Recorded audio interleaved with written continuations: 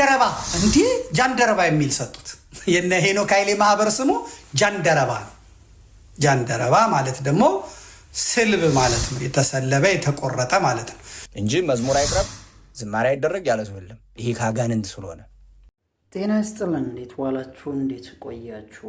በዚህ ዝግጅት የአላፋት ዝማሬ የመጨረሻ ምዕራፍ አካሄድን በተመለከተ ከተለያዩ እይታዎች ምናልባት አላፋት ዝማሬም የመጨረሻ ምዕራፉ ላይ ይገኛል በብዙ ውዝግቦች ውስጥ ሆኖም ስለዚህ መጨረሻው መቋጫው ምንድነው፣ አንድምታው ምንድነው የሚለውን በአጠቃላይ ከኔ እይታ አንፃር ለማቅረብ እሞክራለሁ። እንግዲህ የአላፋት ዝማሬ የመጀመሪያው ነቀፌታ የቀረበበት በዘመድኩን በቀለ ነው። እንግዲህ ዘመድኩን በቀለ በአርሲ ክርስቲያኖች ጭፍጨፋ ምክንያት የዘንድሮ የአላፋት ዝማሬ እንደዚህ መከበር የለበትም፣ ከተከበረም ከተዘመረም ጥቁር ተለብሶ እንጂ ነጭ ተለብሶ መሆን የለበትም የሚል አንድምታ ያዘለ ንግግር ነው ወይንም ደግሞ ክርክር ነው እያቀረበ ያለው።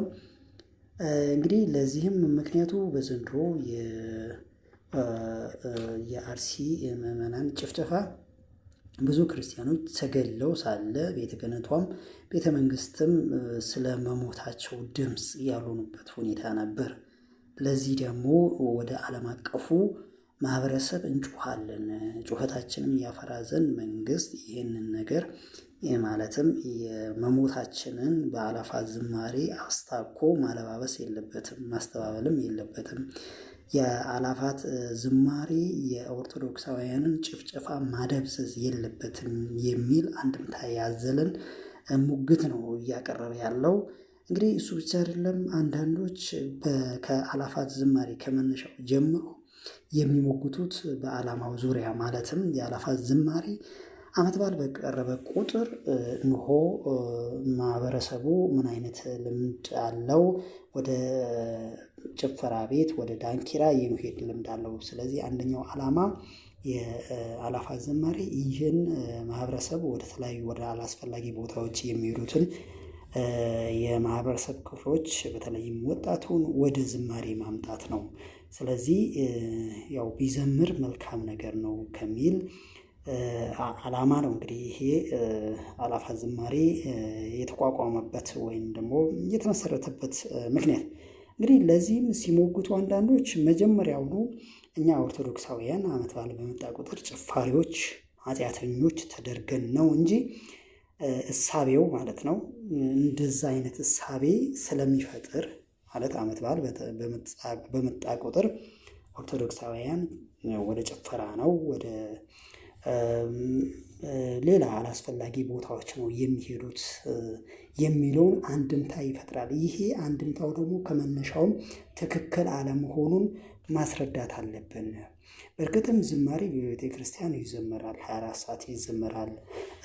ሆኖም ቢዘመርም በአሁኑ ወቅት በደረሰብን አደጋ በደረሰብን የክርስቲያኖች ጭፍጨፋ ምክንያት እነሆ ጥቁር ለብሰን እንዲሁም ደግሞ ቢቻለም ዝማሬው ዘንድሮ ለዘንድሮ ይህንን ጭፍጨፋ አስመልክቶ መቋረጥ አለበት የሚል አንድምታ ያዘለን ክርክርን የሚያቀርቡም አንዳንድ ወገኖች አሉ። እንግዲህ ከኖ መዘመር አለብን የሚሉም ሀሳባቸውን ሲያቀርቡ ደግሞ ምንድነው ዓለም ሁል ጊዜ የእኛን መጨፍጨፍ ትፈልጋለች፣ የእኛን መሞት ትፈልጋለች። እኛ ደግሞ ምንድነው ማለት ያለብን ኖ አልሞትንም አንሞትም አናልቀምም የሚለው ለማናን ማለት የኛን ሞት ለሚሹት ለነሱ አጸፋ የሚሆን እንደማንሞት እንደማናልቅ ሆነን ነው መቅረብ ያለብን። ነጭ በነጭ የሞትንም ነጭ በነጭ ለብሰን መውጣት አለብን፣ እነሱን ለማበሳጨት ሲባል ማለት ነው። እንግዲህ ሁሉም የየራሱ ሀሳብ እይታ ይኖረዋል። እንግዲህ ሁሉም የትኛውን የሚያመዝነው ብሎ ሀሳብ ማቅረቡ ነው ዋናው ነገር። እንግዲህ ወደ የሚያመዝነው መሄዱ ነው። እንግዲህ ሁሉም የየራሱ ቆንጆ ሳይድ አለው፣ ኔጌቲቭ ሳይድም አለው። ለማንኛቸውም ግን ዞሮ አንድ የሚታይ ነገር ምንድን ነው የአእላፋት ዝማሬ ያው እንደ ወትሮ በጣም አክሴፕታንሱ የቀነሰበት ሁኔታ ነው በእኔ እይታ ማለት ነው። ማንኛቸውም ሀሳቡ የቀረቡትን ሀሳቦች ከተለያዩ የግለሰቦች የቀረበውን ቪዲዮዎች እንድትመለከቷቸው ጋብዛለሁ። መልካም ቆይታ። ጃል አይደለሁም እኔ ጅል ነኝ። ጄሌ ወይም ደግሞ ጂሎ ብቻ ጃቤት ይበዛል። እንግዲህ አሁንም ሲመጡ ለሄኖክ ኃይሌ ጃንደረባ እንዲህ ጃንደረባ የሚል ሰጡት። የነ ሄኖክ ኃይሌ ማህበር ስሙ ጃንደረባ ነው። ጃንደረባ ማለት ደግሞ ስልብ ማለት ነው። የተሰለበ የተቆረጠ ማለት ነው። ብልት የሌለው የወንድ ብልት የሌለው ዘር መተካት የማይችል ምክንያቱም ራሳቸውን ጃንደረባ የሚያደርጉ አሉ። ስለዚህ ዓለም ብለው የሚቆርጡት አሉ። ነገርየውን የሚቆርጡ ሰዎች አሉ። እንደገና ደግሞ በተፈጥሮ ጃንደረባ ሆነው የሚወለዱ አሉ። ስለዚህ ትውልድን ማምከን ስለሆነ የያዙት በዚህ በኢትዮጵያዊ ጃንደረባ በመዝገብ ቤቱ ምናምን አይደለም። እሱ ተጠጋግተው ያመጡት እንጂ ይሄ የጃዝ ቤት እንትን ስለሆነ ስለዚህ ትውልድን ማምከን አዲስ ስርዓት፣ አዲስ ባህል፣ አዲስ ሃይማኖት ማስያዝ ስለሆነ ጃንደረባ የተሰለበ ትውልድ ምንም ማያይ እንደ ጋሪ ፈረስ የሚነዱት ስለሆነ ጃንደረባው ትውልድ ተባለ። ጃንደረቦች ሰለፊ ይወዳሉ። ይሄ ጃንደረባ ትውልድ እንደገና ኢጃት ነው ስሙ። ሲያጥር ኢጃት ይሄም ጃል አለው። ባካችሁ ምን አይነት ምን ጉድ ነው ጃል! ኧረ ምን አይነት እኔም አሁን ስናገር ጃል አልኩኝ። ምን አይነት ነገር ነው ጃል አልኩኝ። ኢጃት በእውነት ኢጃት ማለት ኢትዮጵያዊ ጃንደረባ ትውልድ ማለት ነው። ኢጃት ስለዚህ ቅዱስ ያሬድ ኦፊሻሊ ይሄ የተሰለበ ቡድን ጃን የሚል ሰጠው። ቅዱስ የሚለውን አነሱለት እና ቅዱስ ያሬድ እንደምን ሆነ ማለት ነው? እንደ ቤቶቨን ሆነ ማለት ነው። እንደ ሞዛርት ሆነ ማለት ነው። እንደ ጋሽ ሞዛርት እንደ ጋሽ ቤቶቨን ሆነ ማለት ነው። ጃን ያሬድ ምናችሁ ጃን ያሬድ ነን ይላሉ። ቀጥል እስቲ። ወንጌላውያኑ አራቱም አሉ። ማቴዎስ፣ ማርቆስ፣ ሉቃስ፣ ዮሐንስ አሉ። እነዚህን እንግዲህ ወንጌል የሚላቸው ቅዱስ ሉቃስ፣ ቅዱስ ማቴዎስ፣ ቅዱስ ዮሐንስ ምናምን ነው የሚላቸው። ይሄ ጃንደረባው ትውልድ ምን አላቸው? ጃን ሉቃስ፣ ጃን እስጢፋኖስ፣ በእውነት ጃን ፎረም፣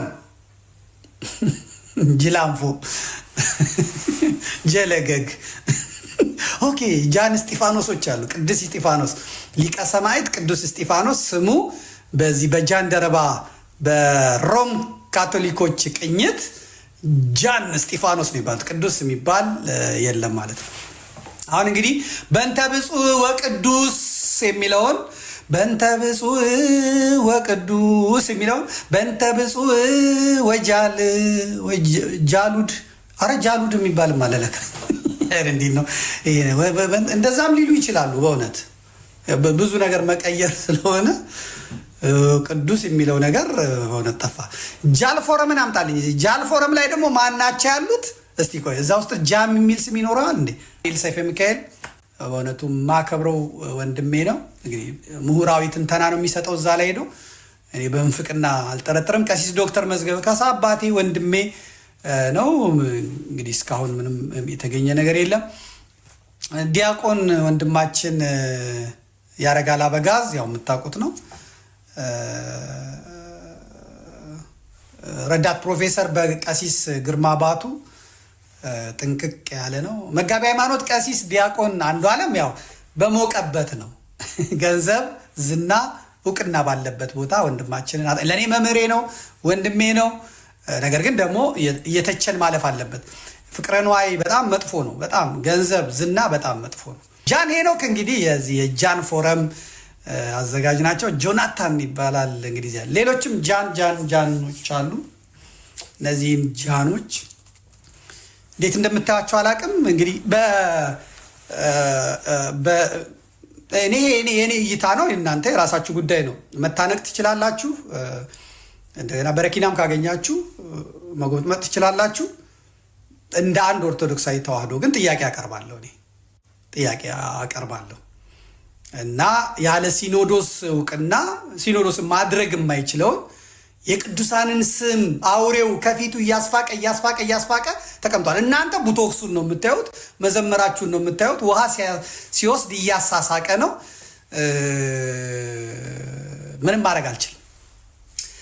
በሌላ በኩል ሄኖክ ሲነካ የሚንጫጩት በሙሉ ጎጃም ከሆኑ አገው ሸንጎ ናቸው፣ ቅባታም ናቸው። ይህንን እመኑ፣ ያዙልኝ።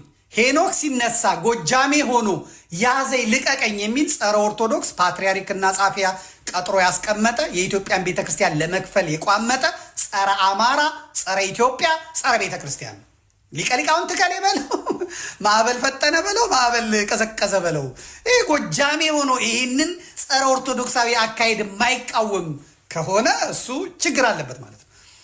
አሁን ማዕበል ፈጠነ የሚባለው መጥቶ ቢያነጋግረኝ እዛ ቆጋ ተክለ ሃይማኖት ያስቀመጥከውን ፓትርያርክ ተናግረህ ታውቃለህ? አንተ ሃይማኖት አታስተምረኝ ነው። ጥፋ ከዚህ ነው ማለት ይህ ጥፋ ከዚህ መጀመሪያ እዚያ ያስቀመጥከውን ጳጳስ ፓትርያርክ ለኢትዮጵያ ኦርቶዶክስ ቤተክርስቲያን አንገዛም ብለው ደብዳቤ የጻፉት እነሱን አነጋግራቸው ነው ማለት።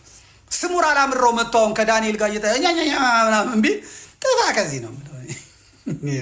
ጥፋ ከዚህ አንተ ብልጥ መሆን ነው። ጎጃሜ ነህ፣ በቃ አንተ በአንተ ቤት ብልጥ ነህ። ኦሮሞ ሲሳሳት አንተ ታርመዋለህ። ጎንደሬ፣ ሸዋ ሲሳሳት ግን በቃ ምንም ማለት የለበትም። ይሄ እከክነት ነው። ትክክል አይደለም፣ ትክክል አይደለም። ስለዚህ ሄኖክ አጠገብ የሚርመሰመስ ጎጃሜ ካያችሁ እሱ ሸንጎ ነው፣ ቅባት ነው፣ ዋጠው። ጎንደሬ ካያችሁ የነ እንትና ልጅ አይደለም፣ የነ ሊቀ ሊቃውንት ልጅ አይደለም፣ የገዳማውያኑ ልጅ አይደለም። የፖለቲካው ቅማንት እና ስኳድ ነው።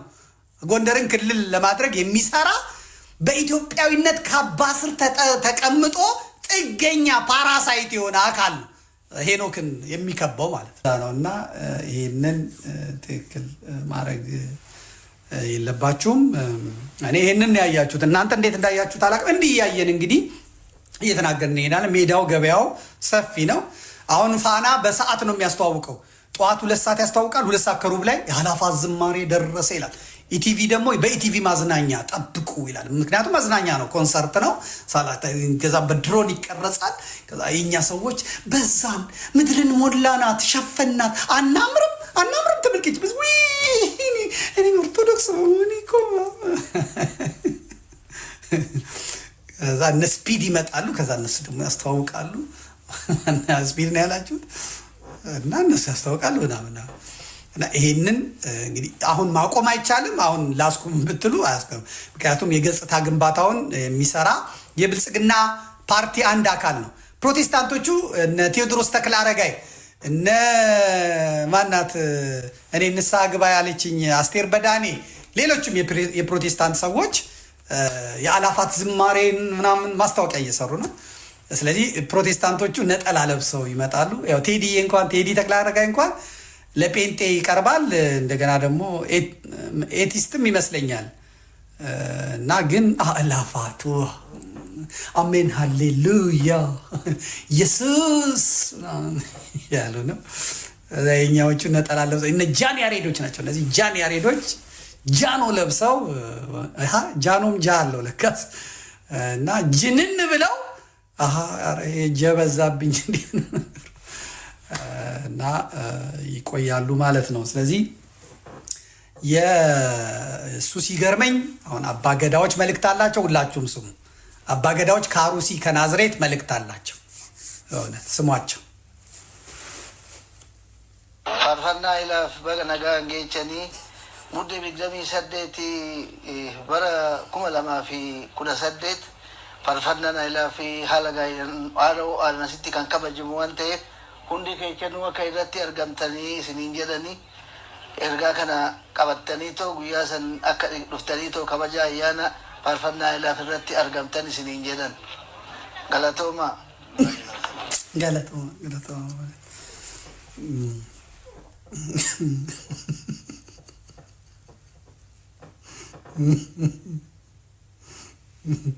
እስቲ ድገምልኝ። አባገዳን ድገም።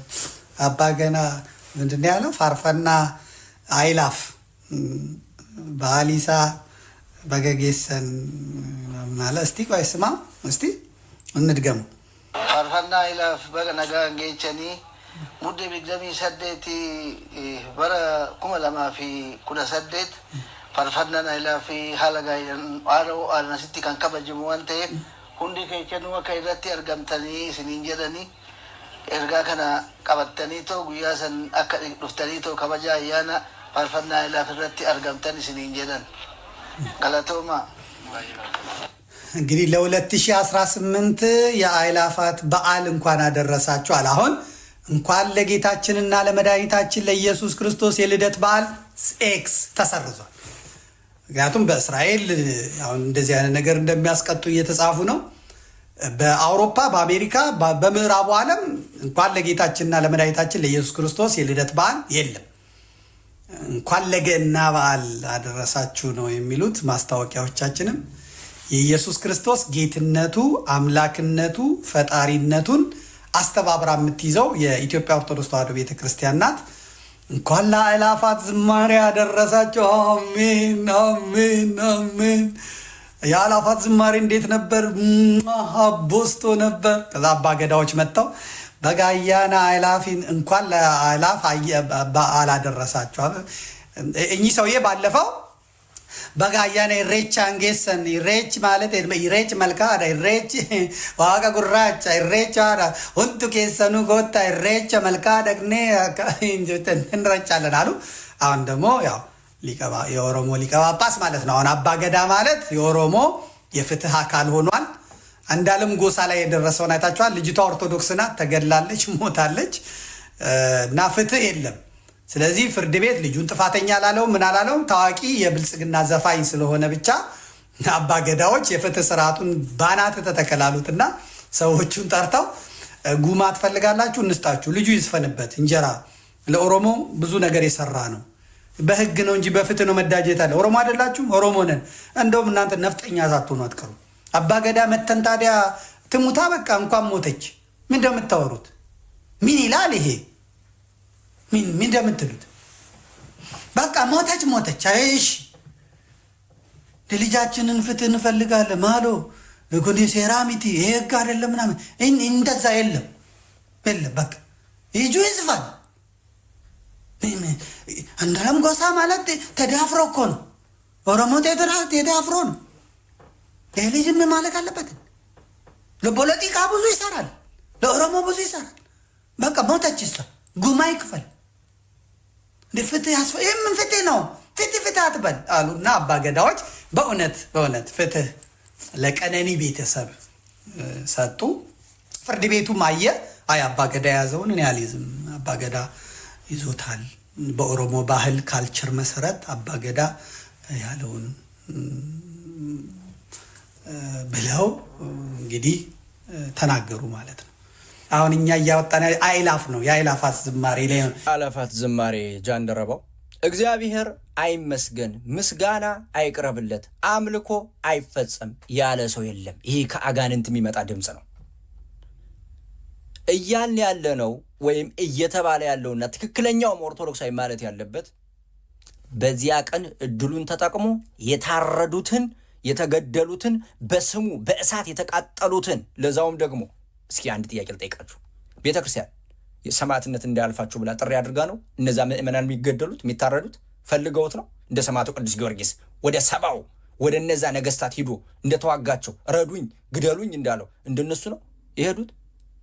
በሀገር ውስጥ እንደተደረገው በአፄ ሲሲኖስ ዘመነ መንግስት ጊዜ ሰማዕትነት እንዳያልፍ ተብለው እንደታረዱት ከ8,000 በላይ ኦርቶዶክሳውያን እየተጠራሩ እንደነሱ ነው የሞቱት? እንደዛ ነው።